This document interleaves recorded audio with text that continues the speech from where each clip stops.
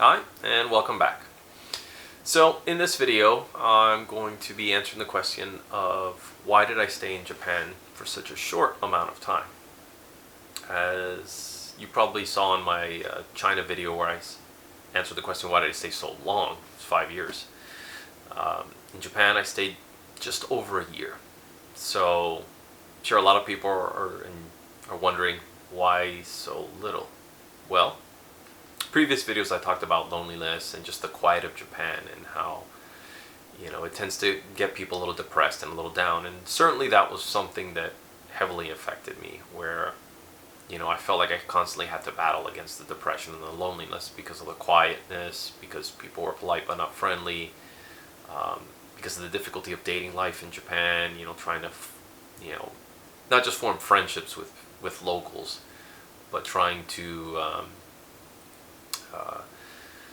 form something more romantic and longer lasting with someone. That was, those were all contributing factors. Similarly to the reason why I first left China,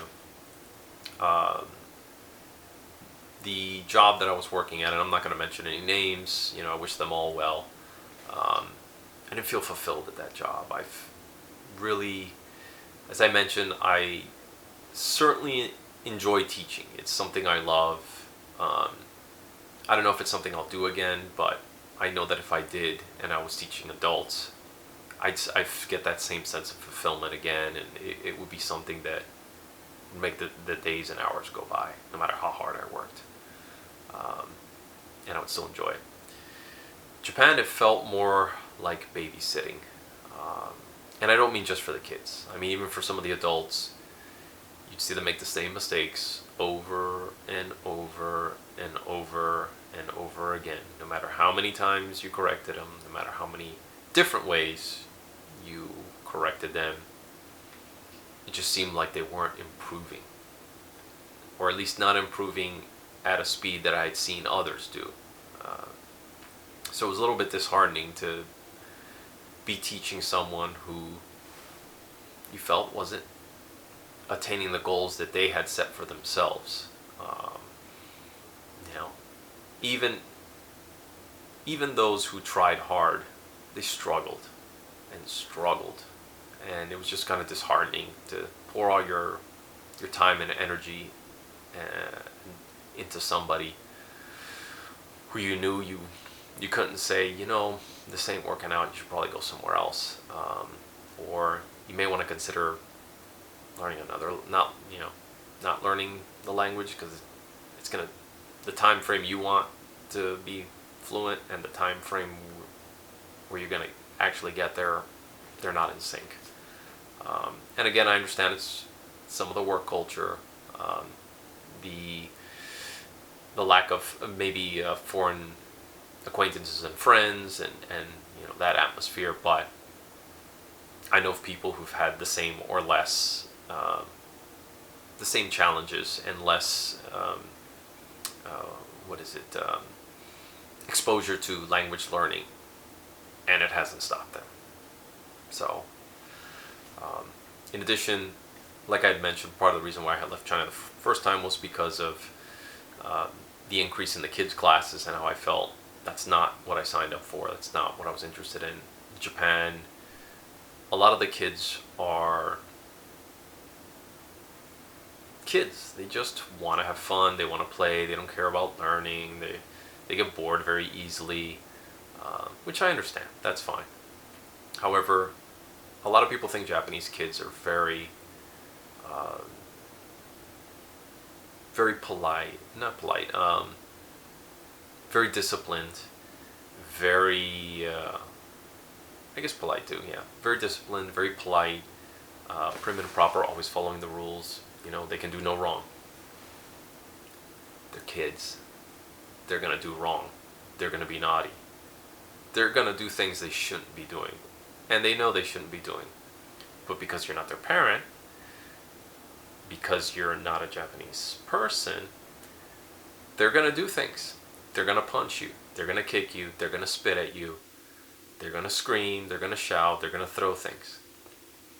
Yes, all of those things happened to me. I remember getting punched in the butt in the crotch, kicked in the shins, spit at, clawed at, slapped, and a variety of other things by kids. And uncalled for. I didn't lay any hands on them. I didn't do anything to, instigate those reactions. They were just acting up, and there was nothing I could do about it.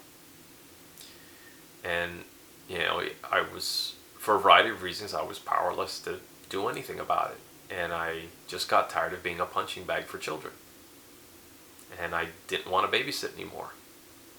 The adults, at least, I could take that, or I should say, for the adults, at least I could take the fact that I was babysitting some of them, that I was just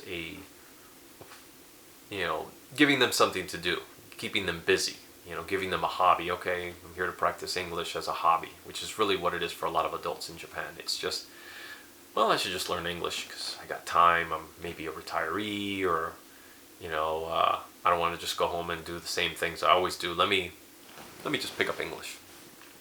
And for the kids, or for the parents who put the kids in these schools, it's the same thing. Well, let's just keep them busy. If they learn, they learn. If they don't, oh well. With a few exceptions of parents who are, no, I want them to learn. They need to focus, and, to you. But for the others, you're just wasting money, and you're wasting your kids' time, and it was a big reason why I left. So the loneliness, no real job satisfaction. On top of that, I remember talking to a couple expats once who talked about the heydays of Japan and the pay and how things were great and everybody wanted to learn English, and you could charge exorbitant rates, and things were good then. But it seems after the economic crash of the 90s, as well as a big training center, I believe it was Nova, crashing in 2008, even though now they're back again. The ESL industry's kind of limped along ever since, and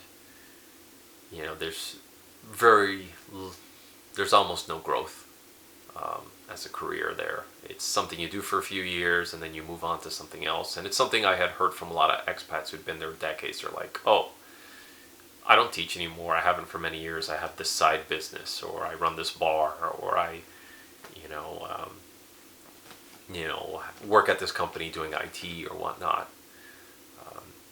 So it's a dead-end job, to be honest, in Japan more than a lot of other places. Although, not sure now to what degree things have changed. I imagine it's probably worse now with everything that's happened, during this pandemic. But it was just not for me, and I was always in a bad mood. So I just didn't feel like Japan was for me anymore. It's a great place to travel to, I will say that. If you've never been to abroad, or been to an Asian country, and you wanna go to a place to travel to, I highly recommend Japan. But in terms of living there and being an ESL teacher, it just wasn't for me. So decided to leave. And I'll stop the video here, and I'll see you guys on the next one.